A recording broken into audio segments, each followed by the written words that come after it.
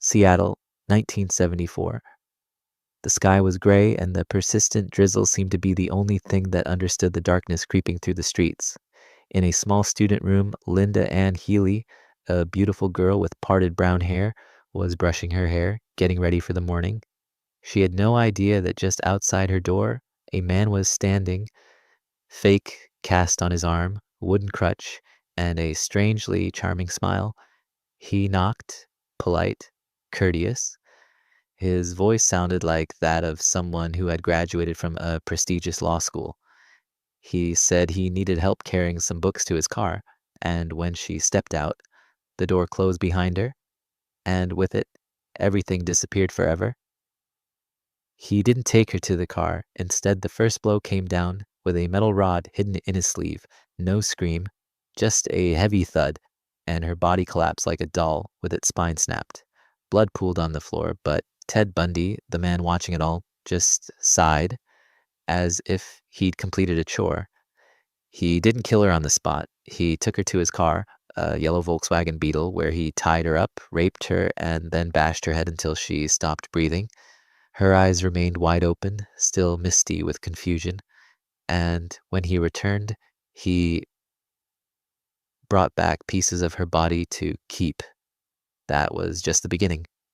In the following months, young women kept disappearing across different states. All had long brown hair parted in the middle, bright faces, and were often college students. He knew exactly the type he wanted because he was hunting the image of the ex-girlfriend who had abandoned him. He wasn't killing individual women. He was destroying an image, an obsession, a twisted act of revenge. The charmer, but a cannibal. Ted didn't just kill, he raped corpses. He kept the victims' heads in his apartment as trophies. He once returned to a burial site, dug up a decomposing corpse, and had sex with it, ignoring the stench and crawling maggots. He knew how to hide, not because he was clever, but because he felt nothing. He could chat with a police officer just hours after a murder and smile. A perfect smile. Florida, 1978. The Chi Omega Massacre. That night after escaping from prison, Ted broke into the Florida State University sorority house. No one heard his footsteps. No one saw the door open. Lisa Levy was asleep when he struck her face with a log. She struggled, blood spilling, but Ted didn't stop. He bit into her breast, leaving teeth marks like a beast. Then he raped her. While she was still bleeding, Margaret Bowman, strangled with this stocking, her face disfigured from relentless blows. In under 15 minutes, 2 girls were dead, 3 others severely injured, fractured skulls, broken noses, shattered jaws. Ted vanished like a ghost, leaving behind an unnamed nightmare. Few people know. Ted Bundy was extremely patient. He wasn't a spontaneous killer. He observed, memorized, stalked victims for days. He tracked class times, parking spots, library hours, isolated shortcuts. He didn't need a knife, just a smile and a fake cast. When he spoke, women believed him. When he smiled, they felt safe. But they never knew that behind those blue eyes was a bottomless well. No light, only rotting flesh, the scent of broken bones and screams swallowed whole. Susan Rancourt, death in the dark, April 17th, 1974. Susan, a sophomore, was walking home from Central Washington University Library. It was dark. The hallway was empty. A man with a cast dropped a stack of books in front of her. "Could you give me a hand?" His voice was gentle, nothing scary. Susan smiled, bent down to help, and was struck in the head with a crowbar hidden beneath his coat. Blood sprayed on his face like warm rain, but Ted didn't blink. He didn't knock her out completely. He wanted to feel the fear, to watch her eyes dim like a candle about to die. After raping her, he buried her in a nearby forest. Weeks later, he returned. Opa Bundy had a secret place, a forest near Issaquah, Washington. He called it his private spot. There he buried bodies like planting trees, often returning with flowers, talking to them, even applying makeup to their decaying faces to preserve their beauty. One corpse's head he kept in his apartment for days, placing it on a chair, talking to it like it was his girlfriend. When police searched the place, they found hair, bones, and hundreds of photos of tied-up victims. Carol Daranch, the sole survivor. November 8th, 1974, Ted tried something new, a daylight abduction. He posed as a police officer, told Carol, a teenage girl, someone had tampered with her car and invited her to the station. She stepped into his Volkswagen, doors locked, no station. When she grew suspicious, he pulled out handcuffs, but she fought back, kicking, scratching, biting, and escaped. Her bite mark on his hand later became the key evidence that got him convicted. It was the first crack in his perfect mask. Crimes behind bars. He kept killing. Even when captured, he was arrested in Utah in 1975 for evading police. Back then, they didn't know who he really was. He smiled charming. He was a law student. He couldn't be a killer. He was jailed, but escaped through a ceiling hole less than 50 centimeters wide. He ran for 6 days through the mountains, caught again, but the second escape was when the real nightmare began. The Chi Omega Massacre, A Night in Hell, Florida, January 15th, 1978. After escaping again, Ted wandered Tallahassee for hours. He had no plan, just hunger for blood. He entered Chi Omega's sorority house through the back door, silent, unnoticed.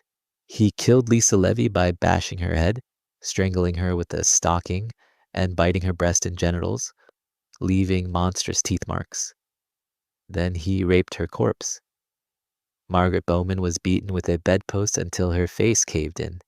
He moved from room to room like a storm of blood. Total, 2 dead, 3 severely injured, and no one knew who he was. He vanished like a phantom. Kimberly Leach. The final angel, the 12-year-old girl, was walking home from school. She didn't see the yellow car parked on the corner. Bundy abducted her. No witnesses, no cameras. He took her to an abandoned shed where she was raped, beaten, and finally killed. When her body was found later, investigators had to look away. It no longer resembled a human being. Florida, summer 1979. Golden sunlight streamed through courtroom windows, but it couldn't reach the darkness lurking in each word, each smile from the accused.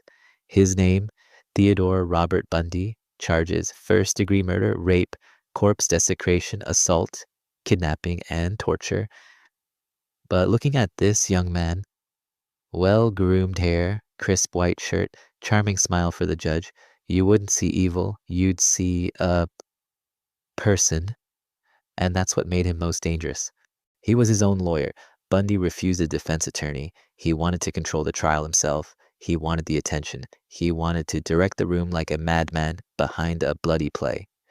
He stepped up, waved to the audience like a TV star, spoke fluently, sharply, holding court documents, a mocking gleam in his eyes.